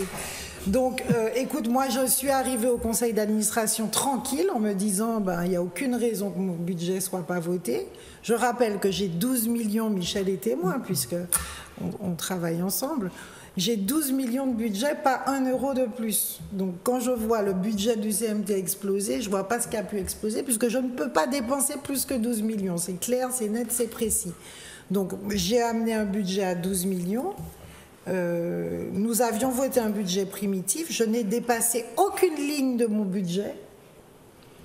Je fais même 636 000 euros de moins que ce qui avait été prévu sur le budget primitif en fonctionnement, que je répercute sur mon budget. Mais j'arrive, je vous dis, les mains dans les poches, quoi.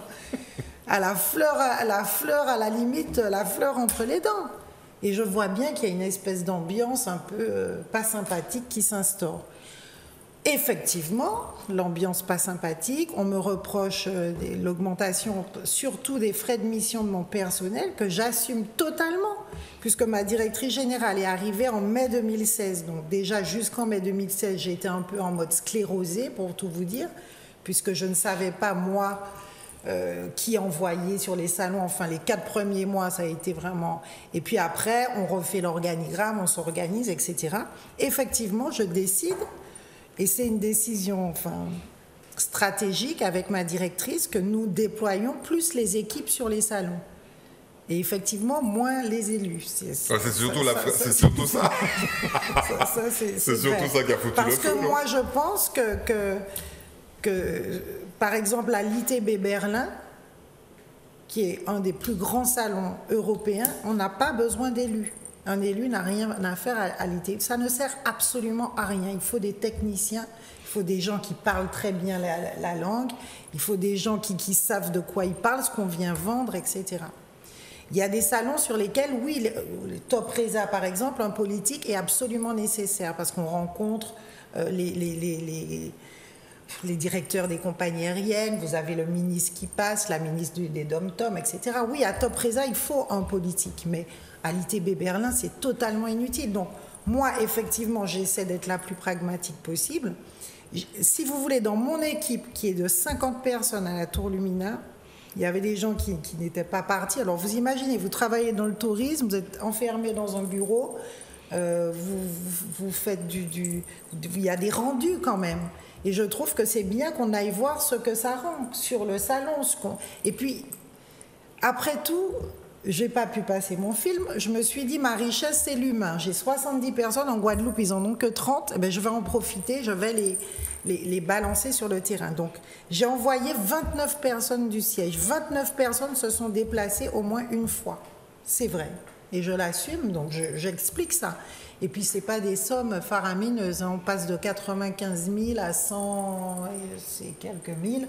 Forcément, en pourcentage, c'est énorme, etc. On me reproche d'avoir pris des décisions sans concertation. Sans être passé par le bureau. Sans être passé par le bureau. Oui, je l'assume aussi. Quand j'ai pris la décision de faire la campagne sur le web, je ne suis pas passée par le bureau, c'est vrai. C'est une campagne que j'avais annoncée au débat d'orientation budgétaire, donc je me suis dit, bon, de toute façon, au débat d'orientation budgétaire, on en a parlé, ça a été voté, pas de problème. Et puis pour moi, j'ai tellement la naïveté de croire que cette campagne, tout le monde sera content, on va se dire, enfin, on utilise le film, puisqu'on n'a pas les 800 000 euros pour balancer le film sur les chaînes nationales. Donc on est passé par une campagne web sur 250 000 €, donc c'est quand même beaucoup moins. Mais au moins on utilise notre film et il a été vu des millions de fois. Bon, moi au moins... Non mais ce fameux bureau dont on parle, ce sont que des politiques qui sont dedans? Il y a 4 ou 5 politiques et 2 professionnels. 2 professionnels. Donc si vous voulez, bon, cette campagne, et puis j'ai dû la faire très vite aussi parce que de toute façon, la basse saison, il faut faire la campagne avant. On a pris une entreprise. Alors, bon, je ne voudrais pas dire des choses trop désagréables, mais j'ai entendu dire aussi que je ne fais pas d'appel d'offres pour 250 000 € quand même. Je veux dire, avec tous les techniciens que j'ai au comité du tourisme, il faudrait quand même être fort. Enfin, toi, tu les connais quand même, monsieur Conrad, monsieur Tserénus. Non, le marché, c'était pas 250 000 € pour la campagne web, c'était 17 000 €. Donc, eux, ils ont pensé que c'était 250 000. Les 250 000, le reste, toi, tu connais ça bien, c'est de l'achat d'espace et ça ne passe pas en commission d'appel d'offres. Donc, je ne sais pas comment ils ont pu imaginer. Donc, c'était 17 000 €. J'ai fait un MAPA, bien que j'y étais même pas obligée. J'ai fait... Marché par en procédure adaptée. Voilà. Alors que j'étais à moins de 25 000, j'ai dit à Conrad, on ne sait jamais, Conrad, fais quand même le MAPA. Donc... Alors, est-ce que c'est politique tout ça? Parce que j'ai entendu dire aussi que tu vas te présenter peut-être aux prochaines élections municipales. Est-ce que c'est... écoute, moi j'ai entendu dire tellement de choses, qu'on veut ma tête, qu'on... Est-ce que c'est politique? Je peux pas te dire. Au niveau du François? De la CTM peut-être? Du CMT en tout cas. Du CMT, d'accord. Alors tu sais, est-ce que c'est politique ou pas? Je lance les journalistes ici présents. Est-ce que le poste est convoité? Voilà, je les lance. On m'a même menacé d'une enquête, tu as entendu parler de ça? D'une enquête, je dis, du parquet. Donc il faut le faire, quoi. Mais c'est vrai, Nathalie pose une question très intéressante. Est-ce que le poste est convoité? Sans doute. Ouais, mais est-ce que vous remettez, est-ce que ça remet en question l'alliance? Est-ce que quelque part tu regrettes? Est-ce qu'une alliance comme ça peut marcher? Est-ce que là il n'y a pas justement un hic dans l'alliance? Il y a un hic dans le sens, c'est pas le contrat de gestion qui pose problème.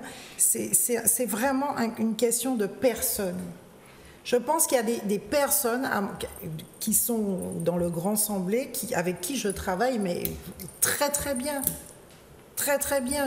Par exemple, Aurélie est là, et au comité martiniquais du tourisme avec moi, je travaille très bien avec Aurélie est là. Je n'ai aucun problème avec Aurélie Nella. Tu devrais éviter de forcer le trait parce que tu vas encore t'attirer des ennuis. Non, mais j'en ai déjà tellement.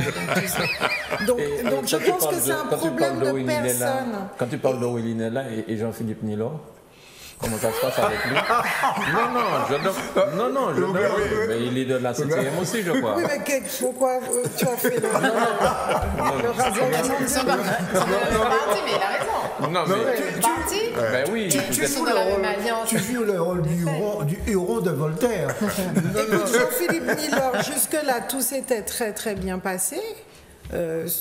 Donc, bon, vu en plus ses fonctions de député, c'est vrai qu'il donne souvent son pouvoir à Madame Tell, qui doit être son amie, je suppose, il lui donne son pouvoir.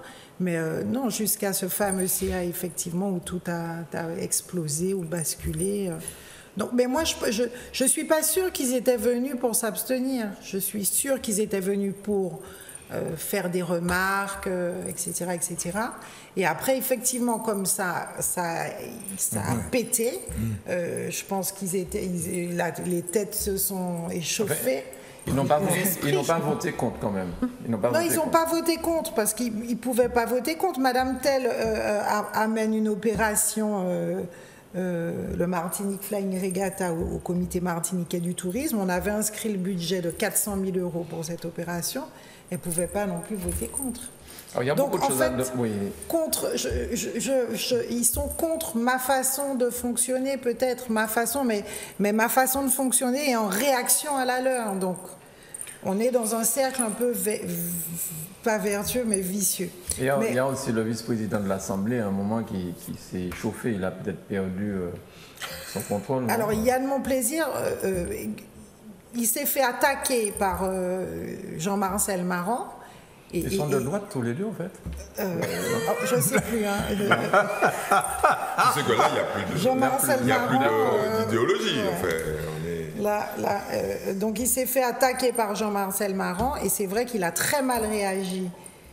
Il a très mal vécu. Voilà, il a très mal vécu l'attaque et il a réagi en répondant. Il a répondu à une attaque et ensuite, en répondant à l'attaque, il est parti dans un discours et il semblerait que M. Nilor ait pris des choses pour lui qui étaient, je ne sais pas si elles étaient lancées pour lui ou pas, mais pas forcément pour lui. En tout cas, il a pris des choses pour lui et là, ça a été la catastrophe. Alors, il y a ça, il y a ce problème-là. Tu as aussi le problème, enfin, c'est peut-être pas encore ton problème, mais cette histoire de Sargasses au François. Alors là, Et au François, il y a la Martinique, il n'y a pas que Juste le François. avant les Sargasses, si tu permets, Manon, Oui. je voulais te demander, est-ce que ça n'a pas de répercussion donc, sur le fonctionnement de la structure, donc du comité, ce qui est quand même... C'est une question que...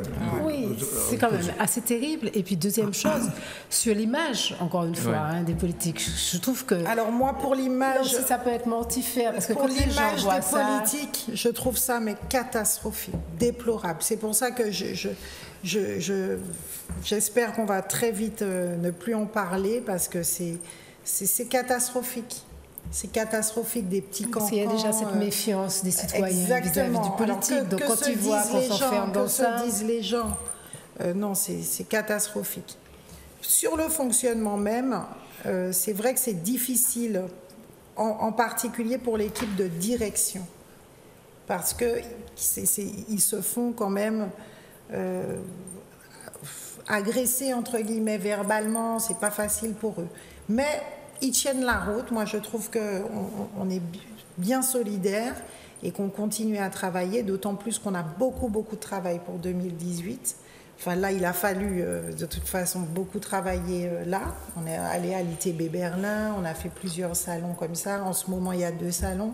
Il y a le Test of Paris et puis il y a aussi un salon sur le maïs. Et il faut comme je leur ai dit, il ne faut pas lâcher, il faut qu'ils continuent. La seule réponse qu'on pourra apporter aux critiques, ce sont les résultats. Or, les résultats, on les a eus en 2016, on les a eus en 2017, il faut qu'on les ait en 2018. Donc, c'est vrai que ça les atteint forcément, surtout que certains ont été cités dans une conférence de presse, on les a accusés plus ou moins de choses illégales, ce qui est totalement faux. Et il faut qu'ils continuent à travailler pour la destination. Moi, ce qui m'embête, ce serait justement qu'on s'arrête de travailler. Donc tous les jours, je leur dis, on continue à travailler, on continue, on lâche rien, parce que ce serait ça la catastrophe. Et juste en 2 mots, mais très, très vite, est-ce que concernant Yann Mon Plaisir, il n'y a pas un conflit d'intérêts là? Est-ce qu'on peut être jugé parti? Est-ce que là non plus, c'est pas quelque chose quand même? Il n'y a pas de conflit d'intérêt dans la mesure où, bon, lui déjà a lâché ses entreprises, donc il n'y travaille plus du tout. Mais il y est. Mais moi, au contraire, je trouve que c'est finalement l'apport du politique, mais aussi du professionnel qui l'amène au CMT. Tu vois, par exemple, sur le problème de l'hôtellerie, c'est quelqu'un qui peut parler concrètement des problèmes de l'hôtellerie. Donc, on a tous, en tant que politique, finalement... on amène notre petite pierre à l'édifice. Donc lui, là, c'est cette partie-là qu'il peut voilà, apporter comme expérience. Et je trouve au contraire que ce soit bien, que tu vois, pour ça qu'il soit au comité du Martiniquais du tourisme, pour l'expérience qu'il peut apporter. Parce que je pense que fondamentalement, non, il a perdu beaucoup plus à faire de la politique qu'il n'a gagné. Ça, c'est clair. Alors, pour parler des sargasses, on parle de moyens gouvernementaux pour lutter contre les sargasses. Qu'est-ce que vous pensez de cette histoire de sargasses, de moyens gouvernementaux? Parce que pour faire le lien, les sargasses impactent directement le tourisme. Moi, ce que je veux dire sur les sargasses, et puis je vous laisserai parler, c'est que c'est une catastrophe. Et surtout au François, vous êtes bien impacté. Oui, au François et partout, c'est une catastrophe, d'autant plus qu'aujourd'hui, on a essayé de tout faire avec les agences là-bas qu'on a, l'agence avec laquelle on travaille de presse pour justement ne pas qu'on en parle, parce que nous, le problème, c'est qu'il ne faut surtout pas en parler.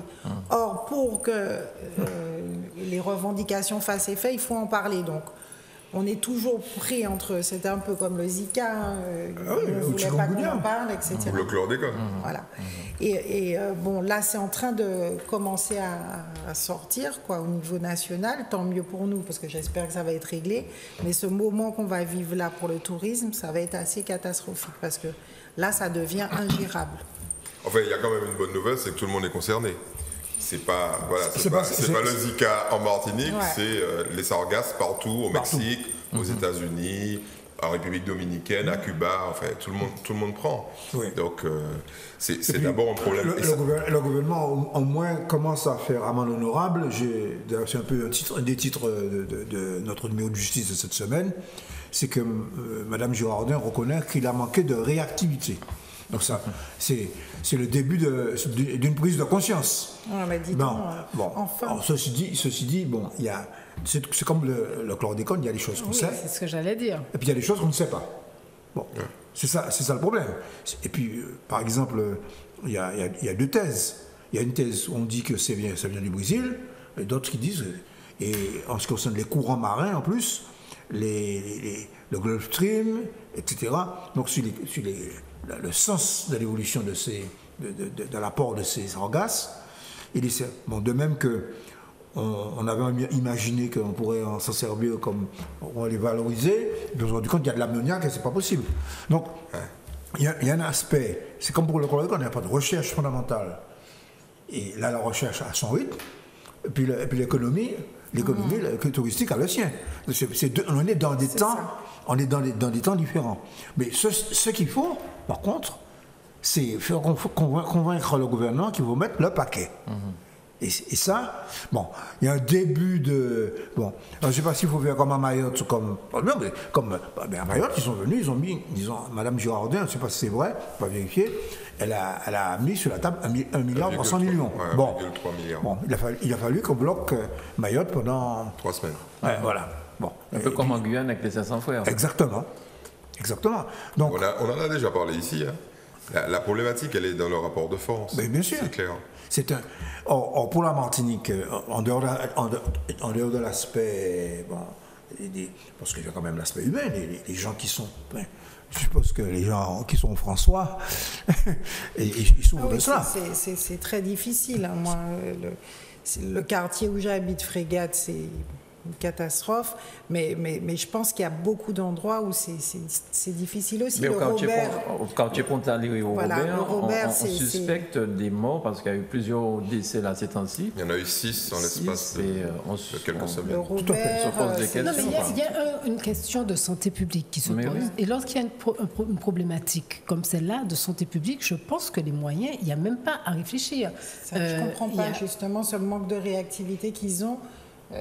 Absolument. Le rapport de force. Tout à fait. Ne serait-ce que pour ça. Après, il y a un problème économique qui se pose aussi. Donc, c'est vraiment une catastrophe. Donc, ils nous disent, bon, il y a une subtilité, c'est pas une catastrophe naturelle. Mais qu'est-ce que c'est si ce n'est pas une catastrophe? Alors, ne l'appelons pas naturelle, mais trouvons une solution qui permette à l'État de pallier cet état de fait. Mais là encore, c'est notre manque. 3 millions d'euros. Quand même, c'est peanuts, quand même. C'est vraiment, quand même, mais surtout que c'est pour les avec 3 millions, combien de machines on peut acheter avec? Non, mais une machine, je crois que c'est 100 000 ou 600 000 euros. Bon, alors ça fait quoi? Ça fait 4, 6. Hein? C'est n'importe quoi. Ça traduit là encore, je vais essayer de ne pas être méchant, mais la naïveté de nos dirigeants politiques locaux, et la faiblesse de la société civile locale. Parce que la méthode, on la connaît, ça nous arrive à nous, ok, point d'interrogation, très bien, est-ce que c'est déjà arrivé ailleurs? Ok, si c'est déjà arrivé ailleurs, qu'est-ce qu'ils ont eu comme résultat et qu'est-ce qu'ils ont employé comme moyen? Ben, nous, on sait, parce qu'on est peut-être plus informés qu'au moment des algues vertes, sur le littoral breton, tout le monde ici a suivi les événements. Les types ont été envahis par des algues vertes. Bon, ils ne savaient pas ce que c'était. Finalement, ils ont trouvé que c'était leurs agriculteurs qui déversaient des trucs sur les terres et ça allait dans la mer et ça formait des algues vertes. Au mépris de la loi de l'Union européenne, c'est-à-dire qu'il y avait eu des arrêtés qui interdisaient le rejet en terre. Le rejet en mer. Utiliser le rejet en mer.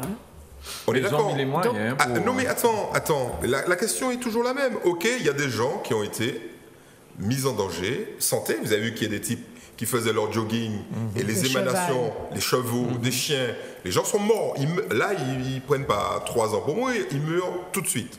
Bon, ok, donc c'est une situation, on va dire, à peu près comparable. Il y a des plages qui ont été envahies par les algues vertes, des hôtels qui ont dû fermer. Eh bien, personne ici a pas jamais dit, nous qu'à faire en délégation, nous qu'à aller, mais ça c'est messieurs fait, parce qu'ils ont obtenu. Ils ont obtenu des résultats. Alors, allons faire ce qu'ils ont fait. Allons employer les mêmes moyens. Ok ? Donc, finalement, les responsables touristiques des régions concernées, les responsables politiques, les responsables associatifs ont mis en place un certain nombre d'actions qui ont abouti fatalement au fait que les politiques nationaux se sentant en danger ont réagi. Nous, qu'est-ce qu'on fait ? C'est comme la chlordécone, on l'a dit, en Allemagne. Le nord de l'Allemagne était totalement pollué avec la chlordécone. La Pologne, les États-Unis, il n'y a pas un politique ni une association qui a dit bon, allons voir ce que les Allemands ont fait, allons voir ce que les Polonais ont fait, allons voir ce que les Américains qui ont fermé l'usine ont fait, puisqu'ils ont tous été indemnisés, ils ont tous pratiqué des politiques de secours. Mais non, quand je dis ça, ou quand j'ai déjà eu des hommes politiques, mais non, ça n'a rien à voir, c'est un truc spécifique. Spécifique, le Brésil, 600 tonnes, nous on a eu 300 tonnes, 600 tonnes dans une région de chlordécone. Et les mecs, ils ont appuyé là, pour dire ça suffit, il faut nous rembourser, etc. Nous, voilà. Donc la méthode qui consiste à dire, tu sais, c'est autocentré, c'est nous-mêmes, quoi. On est les seuls dans le monde à avoir des sargasses. Personne ne va voir ailleurs une délégation politique, simplement, d'observateurs en disant, bon, la problématique, ça a été la même chose sur le Zika. Est-ce que tu as vu des gens martiniquais aller au Brésil voir qu'est-ce qui se passe pour prévenir le Zika chez les mères? Personne. Rappelez-vous, le chikungunya, c'est Yeba Kima qui a dit, mais monsieur, allons voir à La Réunion cette histoire de chikungunya, puisque ça vient de La Réunion. Allons voir. Personne. Donc, cet esprit que je n'arrive pas à comprendre, c'est à nous, c'est à nous. Arrêtons. Oui, en fait, il y a un certain aspect des choses, mais on peut quand même on peut pas dire qu'il n'y a pas de réaction. Les maires, les députés, les parlementaires ont quand même interpellé assez vigoureusement les préfets, l'État français, etc. Et Michel, depuis 2014, Michel. Et puis avant, les trucs sévères, c'est 2014. Ouais. Mais ça existe depuis des années. 2007, il y a eu des invasions. Donc, 2007-2018, les frères. 11 ans. Mais c'était pas non, oui, c'est pas la même ampleur. Oui, mais ça existe. Alors, des charges, c'est vrai qu'ils sont quand même montés au créneau. Je vois le maire du Robert, il se bat comme un beau diable. Non. Il a frappé à tout le monde. Je veux bien. La méthode n'est pas bonne. La méthode n'est pas bonne. Si tu vas en Bretagne, voir les mecs qui ont fait ça. Alors, et que tu emploies leur méthode, tu iras 10 fois plus vite, puisque la méthode que nous avons aujourd'hui, c'est une méthode qui est totalement naïve. Tu dis, aidez-nous. Alors, ce qu'on leur a répondu concernant les algues, c'est que justement, il y avait eu une faillite de l'État à ce niveau-là, puisqu'elle n'avait pas fait respecter la réglementation européenne qui interdit le rejet dans la mer et dans les rivières, etc. Et ce qu'on leur a opposé aux politiques des Antilles-Guyane, c'est que justement, ce n'est pas dû à une défaillance de l'État, mais bien à une catastrophe qui n'est pas de leur ressort, puisque ça sort soit du Brésil, soit voilà. Donc, c'est la faute à personne, c'est la faute à la nature. La défaillance de l'État, c'est de ne pas réagir au moment où les algues touchent le littoral. C'est ce qu'on leur a opposé. Non, mais l'État est en faute.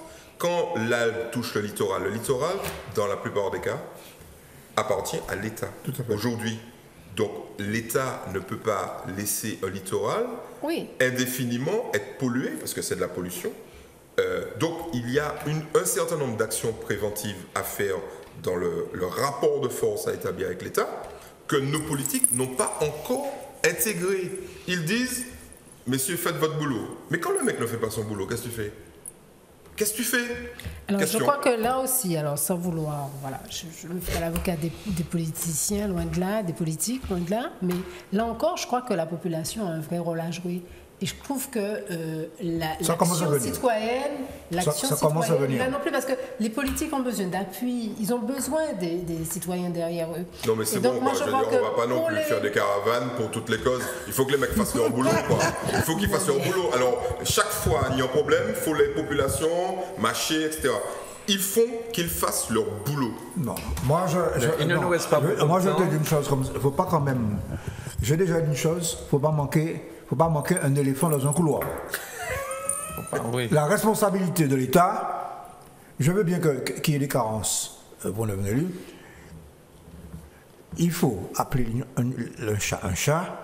Ça se passe outre-mer. On s'en fout. C'est bien vrai.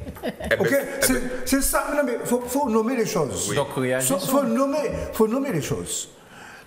Quand il y a un problème en Bretagne, c'est sur le territoire français. C'est pas pareil, Les c'est ce que Bretons j'allais dire. barrent les routes. Mais c'est ce que j'allais dire. Bon, C'est ce que les j'allais dire. Bretons barrent les routes. Les tonnes de fumier qui vont verser devant les préfectures, Bon. c'est ça? Qu'est-ce qui nous empêche de faire ça? Bon, Qu'est-ce qui nous empêche de faire ça? nous pouvons barrer les routes, nous barrons en Fort-de-France, les types s'en foutent. Mais c'est ça. Quoi, barrer la préfecture? mais bon. C'est pas vrai. Camarades, pas je vrai, m'excuse, Michel. je dis camarades, Michel. nous sommes encore une colonie départementale. Michel, c'est ça le fond du problème. Pour les emplois aidés, voilà la méthode. Les Martiniquais ont dit, qu'est-ce qu'ils ont fait à La Réunion? Qu'est-ce qu'ils ont fait en Guadeloupe? Qu'est-ce qu'ils ont fait en France? Ils ont fait exactement la même chose. Ils ont vu que les maires avaient fait ville morte. Okay? Parce que quand tu commences à faire ville morte, des services publics ne sont pas rendus. Ok? Tu commences à bloquer la machine. Qu'est-ce que le préfet a fait? Il a appelé le Premier ministre, il a dit, bon, et ton idée d'emploi aidé là, on nous finit ça. Et puis c'est fini, ça a été réglé. Or, donc c'est bien des politiques qui ont fait leur boulot. C'est pas réglé parce que cette année, il y en a encore moins. Oui, non, d'accord. Mais... On a mis une emplâtre sur une jambe de bois. Alors, il ne nous reste pas beaucoup de temps. Très rapidement, la SODEM, qu'est-ce qui se passe? Est-ce qu'on peut dire deux mots là-dessus avant de boucler? Consenti a fait un article, Cécile en a parlé, mais des experts. Bon, je pense qu'il est un petit peu tôt pour Où est passé l'argent? Bon, ça veut dire qu'il y a des comptes qui ne sont pas tombés juste. Bon, alors, il faut quand même dire les choses. Je crois qu'il faut au moins dire. Moi, la première chose, c'est féliciter Martinique Première et Consenti d'avoir quand même sorti de dossier. Oui. Et dire ce qu'il contient. Ce qu'il contient, c'est quoi? C'est que pour élargir l'avenue Maurice Bishop, il a fallu. Sainte-Thérèse, oui, il a fallu faire des emprises pour faire passer le TCSP et donc prendre du terrain à des gens. Des expropriations. Et donc, quel est l'organisme qui était chargé de faire ça? Ça s'appelle le syndicat mixte du TCSP. Qui y a-t-il dans le syndicat mixte du CTSP? Il y a la région, il y a la CACEM, il y a le département. C'est ça. Le SMTCSP s'est adressé à une société d'économie mixte pour mettre en œuvre, passer des conventions, elle a passé par convention de mandat, c'est-à-dire qu'elle a donné un mandat. Un mandat, il y a quand même un pourcentage sur les opérations.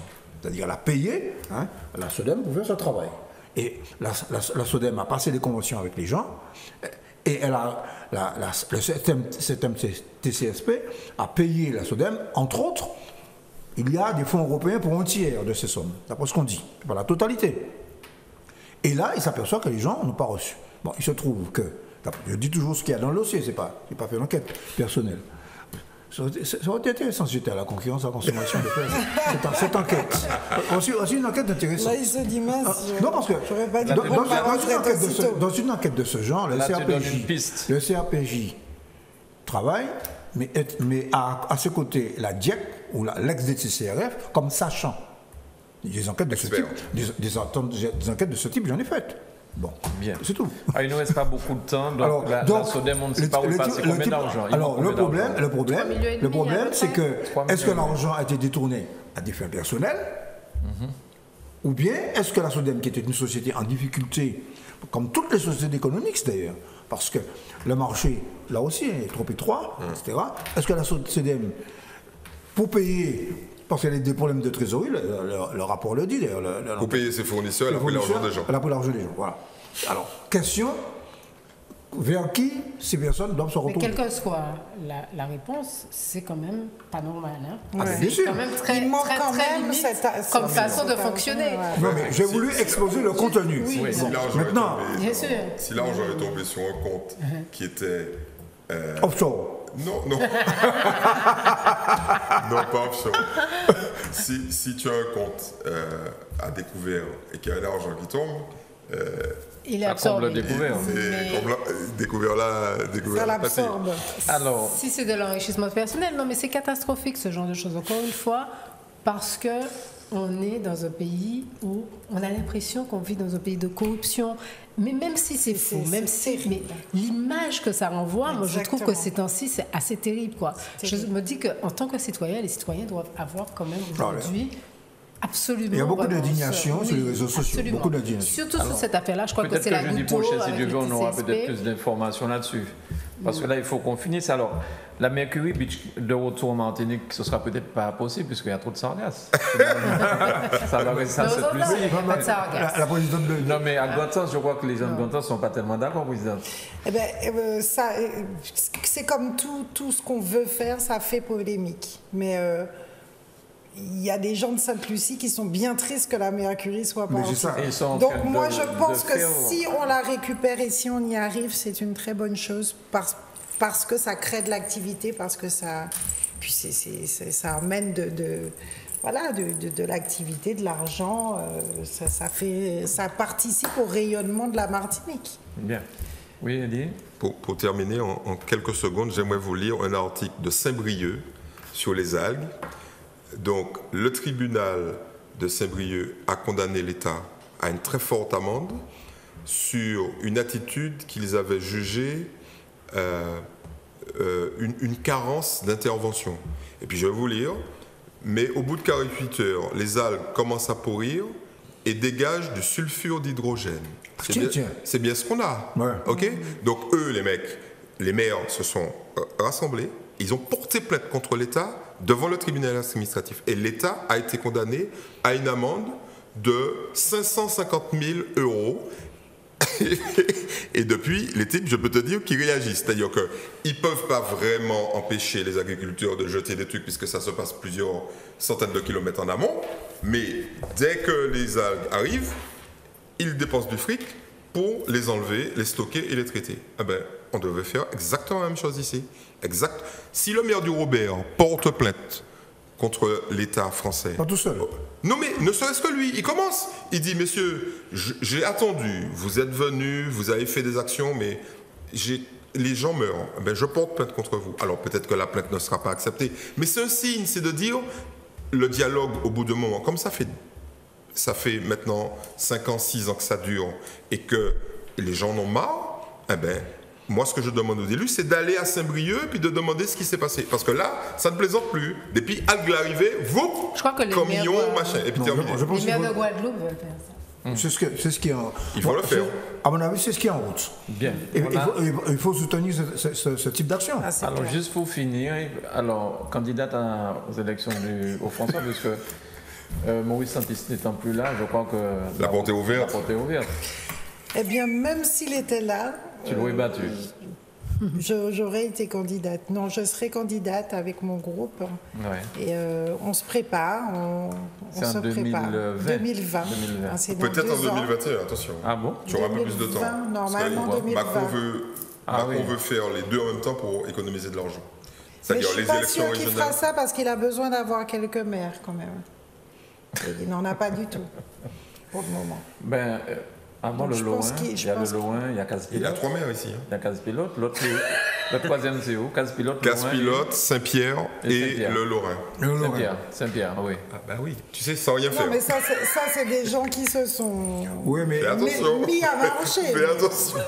mais attention, au prochain sondage, où Non, mais il y a encore surtout chuté, à l'échelle il y aura nationale. donc certainement moins de maires. Parce que ce sont des gens qui volent de... Il y a toujours en politique des gens qui volent le secours de la victoire. Tu comprends? Bon, et c'est les premiers à quitter le bateau quand il y a les premières épreuves. Parce que l'exercice du pouvoir, malheureusement, mécaniquement, Tu en sais quelque chose. mais bien sûr, mais bien sûr. Et c'est là qu'on voit si on est solide, c'est que lorsqu'il y a des difficultés, parce que la Martinique est en difficulté, C'est vrai. eh bien, il faut affronter les difficultés. confirme. Et c'est ce que nous faisons. C'est ce que nous faisons. Alors, Main dans la main, Michel et moi. J'ai posé la question à Karine, Nathalie. Ah ben c'est clair. Oui, parce qu'elle est dans le... Elle est dans le top 10, je crois. Alors, Ah oui. Nathalie. Karine était dans le top 10 depuis un petit moment. Nathalie, on l'a testée. Elle a doublé Karine. Elle double tout le monde. Elle est dans les 10 premiers. Nathalie, tu es obligée. Alors, candidate Je ne à peux une pas municipale. dire ce que je pense de ce top 10. Je dis pas non, mais je dis pas oui, vraiment. Écoutons la réponse de Nathalie. Elle est Michel intéressante, qu'est-ce Gatti, qu'elle a dit? Non, c'est une réponse de breton, je dis. Ce sera ni oui ni non. Vraiment. Ça, c'est de Normand, tu veux dire. De Normand, pardon. De Donc, Normand. sans hésitation, Non, quelle est la ça, question c'est que tu poses? La question, elle est très simple. On liste un certain nombre de personnalités et on commence déjà par leur demander s'ils connaissent cette personne. S'ils connaissent cette personne, on continue. S'ils ne connaissent pas, on ne pose pas. De cette personnalité, donc vous la connaissez, est-ce que vous avez d'elle une opinion plutôt positive ou une opinion plutôt négative? Voilà, c'est tout. Et les gens, soit ils se prononcent, oui, non, soit ils ne se prononcent pas. Voilà, donc c'est extrêmement simple. Et donc, on ne retient que les gens qui ont les niveaux de notoriété, c'est-à-dire qui ont le nombre de personnes qui les connaissent suffisant pour être testé. Si quelqu'un n'est connu que par 2% de la population, c'est pas la peine de l'interroger. C'est pas la peine de lui dire est-ce que vous l'aimez ou est-ce que vous l'aimez pas. Donc il y a ce niveau-là. Donc, il y a des gens qui sont... Macron n'était pas connu il y a un an. Hein. Oui, non, mais c'est ça. Mais Nathalie, Nathalie, quand on a commencé à la tester, elle commençait, son niveau de notoriété était extrêmement faible. Et aujourd'hui, parce qu'elle passe sur Zouk TV, son niveau de notoriété a explosé. Merci pour Zouk TV. Bravo. Donc Karine, fais attention à partir de ce soir. Bon, mais ton il faut taux de que je notoriété. passe plus souvent sur Zouk TV. Voilà. Tu as compris, tu as tout compris. Merci beaucoup à tous les En quatre. tout cas, merci. Merci de l'invitation. C'était un bon moment. Merci beaucoup, madame. Bon week-end à tous les quatre. On n'a même pas parlé du 22 mai, mais bon, on en parlera après. Comme ça, on aura le... Alors, je ne serai malheureusement pas avec toi, D'accord. parce que je pars en mission pour la CTM, le comité d'évaluation des politiques outre-mer, au ministère de À l'Outre-mer, partir de lundi. à partir de lundi. Tout à Ça, fait. c'est hyper important. Alors, c'est ce. Évaluation des politiques publiques. Évaluation des politiques publiques. Eh bien, travaille bien et reviens avec beaucoup Mais moi, d'informations. c'est simple, moi je vais leur dire, c'est audace. Ben oui. J'ai une intervention de trouver. Tu as un thème. Là, il nous faut terminer. Mais En oui. tout cas, merci Claque-là-dessus, beaucoup. Merci Merci beaucoup à tous beaucoup. les quatre. Merci, Et puis, à bientôt. Merci Manu. à très vite sur Zouk Télévision.